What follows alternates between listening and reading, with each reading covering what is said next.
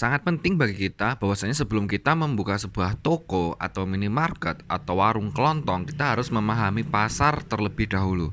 Kita harus riset pasar terlebih dahulu.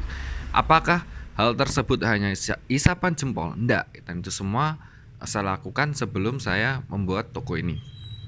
Jadi saya mengklasifikasikan menjadi 3 tipe pasar. Jadi kalau toko seperti ini itu sebenarnya sudah banyak pasarnya karena produk-produk itu sudah dikenal oleh masyarakat. Hanya kita akan mengetahui, kita yang penting mengetahui produk mana-mana saja yang paling dicari oleh masyarakat di daerah tersebut. Karena tiap masyarakat berbeda kebutuhan. Tapi sebagian besar pasti sama gitu kan. Cuma ada beberapa yang kecenderungannya berbeda. Jadi saya mengklasifikasikan menjadi 3 kategori. Yang pertama adalah pasar yang panas, kedua pasar yang hangat, dan ketiga pasar yang dingin. Maksudnya seperti apa? Pasar yang panas adalah pasar yang dimana calon customer kita adalah orang yang kenal dengan kita dan membutuhkan barang tersebut, sehingga orang-orang tersebut akan siap menjadi pelanggan kita. Nah, kira-kira punya nggak teman-teman yang seperti itu? Yang sudah kenal, yang siap untuk membeli dagangan kalian. Ketika kalian buka langsung, wah, itulah pasar yang panas. Seperti contohnya, kalian mau franchise di Indomaret gitu kan. Nah, otomatis pasar kalian panas semuanya, kayak gitu loh. Karena orang sudah kenal Indomaret. Orang sudah tahu produk yang ada di dalamnya gitu. Orang sudah memahami berapa harga-harganya karena sistemasinya sama gitu. Nah, kalau kalian membuat toko kelontong seperti ini, maka pasarnya terbagi menjadi 3. Selain panas tadi, orang yang kenal berapa banyak. Terus pasar yang hangat. Ya, hangat adalah orang yang tidak Anda kenal dan ada kemungkinan untuk mampir ke tempat Anda. Nah, ini adalah pasar yang paling banyak untuk toko kelontong seperti kita, minimarket yang bersifat mandiri, karena orang nggak tahu sistemnya seperti apakah ada promonya, apakah bersih, apakah terjamin, apakah murah atau seperti apa, orang nggak tahu kan. Nah, bagaimana kita membuat pasar yang hangat tadi, yang tidak mengenal kita semakin mau untuk belanja di tempat kita. Pasar hangat itu ingat, dia tidak mengenal kita tapi mau, ada kemungkinan untuk datang. Ketiga adalah pasar yang dingin. Nah, pasar dingin ini orang-orang yang seperti apa? Orang-orang yang sama sekali nggak kenal sama kita dan mau dan ada kemungkinan untuk belanja di tempat kita. Nah, itu bagaimana caranya? Kita membuat pasar yang dingin itu menjadi hangat dan menjadi panas gitu loh. Nah, jadi itu yang saya lakukan. Saya mentreatment bagaimana caranya, karena saya tidak berharap, jadi ini intinya, jangan pernah berharap pasar itu dihangat sama panas saja. Kalau kalian berharap di pasar panas, kecil kemungkinannya, apalagi di pasar hangat gitu loh. Di pasar hangat akan sangat sulit karena kalian berharap kalian akan berputar uang kalian hanya mengandalkan tetangga kalian. Nah, itu something yang kemungkinan tetangga kalian belanja di tempat kalian itu bisa dibilang ada mungkin di bawah 50%. Harus ada something dulu atau sesuatu yang membuat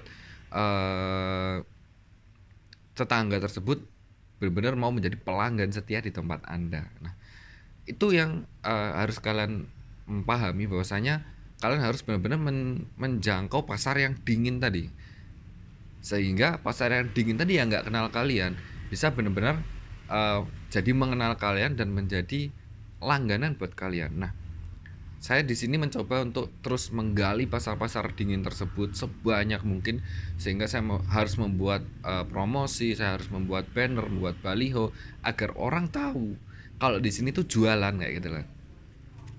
Nah, tetap tidak mengesampingkan pasar yang hangat atau warga sekitar. Itu kalau tetap kalian harus pahami ya. Harus tetap di bagaimana menyaring mereka tadi, dan juga mengkonklusikan atau mengkondusifkan pasar-pasar yang panas tadi juga tetap ikut ke kalian. Nah, jadi memang nggak sesimpel yang saya bicarakan ya. Memang butuh riset apa-apa aja barang yang harus dijual di tempat kalian, sehingga pasar-pasar dingin tadi yang orang yang nggak kenal kalian tadi mau untuk datang ke toko kalian. Nah, itu yang yang saya perjuangkan sampai saat ini. Karena memang kalau kita bicara pasar hangat atau bicara tetangga atau kita bicara lingkup sekitar, sebenarnya bukan apa, karena tetangga itu sudah pasti kalau kalian pendatang baru ya, bukan masalah tetangganya nggak mau ya. Kalau kalian pendatang baru sudah pasti sebelum kalian ada seniornya gitu. Ada kemungkinan tetangga-tetangga tersebut sudah loyal dengan senior yang ada di sekitar situ, sehingga eh, berusaha untuk menjaga dengan toko lama gitu ya. Atau mungkin memang toko lama memberikan harga yang lebih murah, kita nggak tahu. Jadi kadang tetangga itu juga rikuh, dalam artian sungkan mau belanja di tempat kalian tapi nanti kelihatan yang sana. Jadi itulah, kalian jangan terlalu berharap pada pasar yang kecil tadi, kecuali memang tempat kalian di desa banget gitu ya. Mau nggak ada pembeli lagi kecuali tetangga kalian, ya udah kalian sasar pasar tersebut. Tapi kalau tempat kalian tuh semi menuju kecamatan, semi menuju kota, dan di situ rame, di situ jalan poros, maka sebaiknya alangkah lebih baiknya kalau kalian menyasar pasar-pasar yang dingin tadi diperbesar gitu, dengan cara berbagai macam promosi.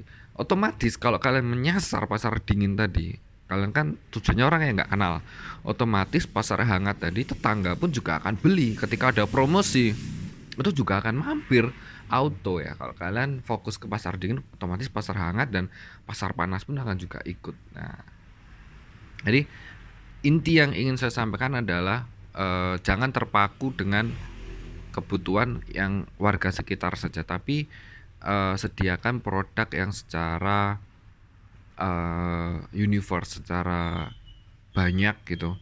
Cuman nggak perlu banyak dulu stoknya, sedikit-sedikit nggak apa-apa, yang penting ada. Cuman batasi, jangan melebihi batas yang kalian tetapkan. Contohnya, kalian ingin dalam toko kalian hanya 500 produk yang laris setiap hari, maka cari katalog atau press list atau cari daftar-daftar barang yang laris setiap harinya. Itu di Google banyak, kalian coba ketik aja barang-barang yang laris setiap hari di toko gitu. Itu insya Allah nanti akan muncul banyak masterpiece-nya.